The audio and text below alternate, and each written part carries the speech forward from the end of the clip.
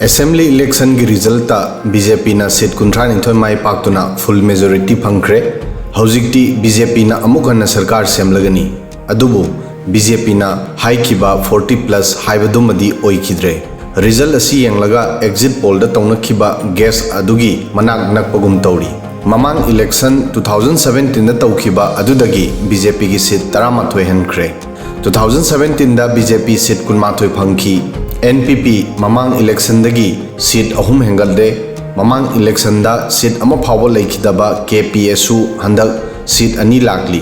2017 दा सीट अममम लाखिबा लोक जनशक्ति पार्टी एलजेपी अमदी तृणमूल कांग्रेस हंदकी इलेक्शन असिदा सीट अमत फंगबा ngमखिद्रे। अदुगा मियामना थाजनरंबा जेडीयू हंदकी इलेक्शन असिदा फजब परफॉर्मेंस तौखी। सीट अमा फावो लेरमदबा जेडीयू हौजिक सीट 3 फंख्रे। जेडीयू स्टेट असिदा पॉलिटिकल ऑप्शन अमा ओइना फागोलगली। अदुबु लाइबक थीबदी कांग्रेस की फिबम असिनी। चही 15 2002 दगी 2017 फावबा पावर द लेरमलबा कांग्रेस परफॉर्मेंस फजहंदुना सीट हेंगर हनबगी महुत्ता लेरमलिबा सीट तगी अमुक हेना हंथरगली सी खरद नते ममांग तामदा कांग्रेस सीट 19 लेरमबदगी हौजिक सीट 5 खक फंगली। चिंगी लेरिबा सीट 10 असिदा सीट अमा फावबा माई पाकपा ngमदे। लाइबक थीबदी कांग्रेस हौजिक फिबम असी यौरबा फावबदा हक्चिन लौद्री। कांग्रेस की हानगी सीएम ओक्रम इबोबीना हाइरी बीजेपी ना फ्री एंड फेयर इलेक्शन तौहंदबना मखोई सीट यामना फंगबा ngमखिदबनी। असुमना दायित्व कंथोकलगा मीगी मथक्ता थांगतपना कुइना चटपे यारोय। कांग्रेस की दमक इसागी इंट्रोस्पेक्शन तौजबा मतम ओइरे। प्रजागा खुसमनबा पॉलिटिक्स तौबा मथौ तारी। सुबनेगी इलेक्शन मयादा सग उटपा पॉलिटिक्स तौरबदी रिजल्ट मियामगी मांगदा लेरिबसिनी। हौजिक ओइरिबा कांग्रेस की फिबम असिदा स्टेट असेंबली असिदा ओपोजिशन पार्टी ओइबगी थाक अदु फावबा यौबा ngमद्रे।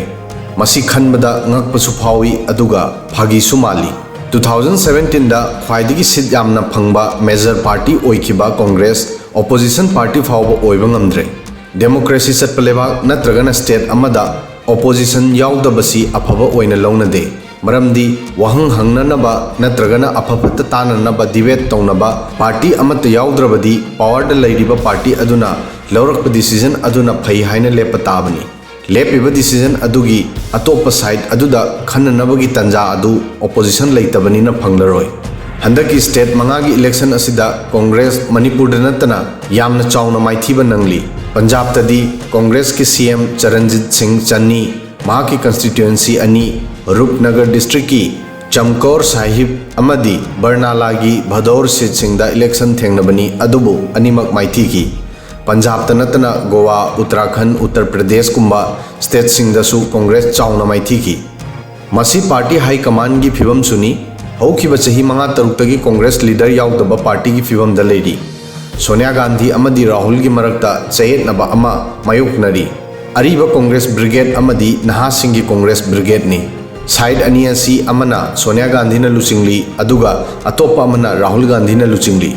ब्रिगेड अनिमक अमना अमबु थाजनदे अमना अमगी डिसीजन एक्सेप्ट तौनदे। मसिदगी स्टेट कयादगी अरीबा कांग्रेस लीडर सिंह कांग्रेस थादोक्तुना चटनख्रे। कनेक्ट न्यूज़ ना हानसु कांग्रेस की लुपथरगलिबा फिबम असिदा कैप्टन याउदबा जहाज हाइना मिंथोनजबा वीडियो अमा सेमजखरे। वीडियो असिगी लिंक सु डिस्क्रिप्शन दा हापचरी मयाम मित्यंग ताबियु। कांग्रेस ना हौजिक ओइरिबा फिबम असिदा मसाना मसाबो इंट्रोस्पेक्शन तौजदुना ग्राउंड लेवल दा थबक तौदुना अमुक हन्ना पावर दा लाकपा ngमनना होनद्रबदी बीजेपी न तत्तना हाइबा कांग्रेस मुक्त Bharat हाइबदी Congress याउदबा Bharat हाइबदु चुमलकदौरी।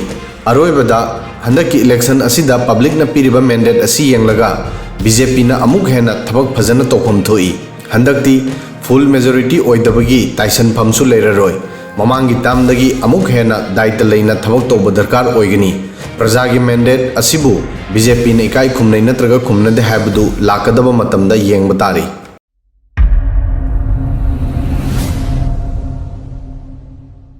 Subscribe now and press the bell icon. Never miss an update.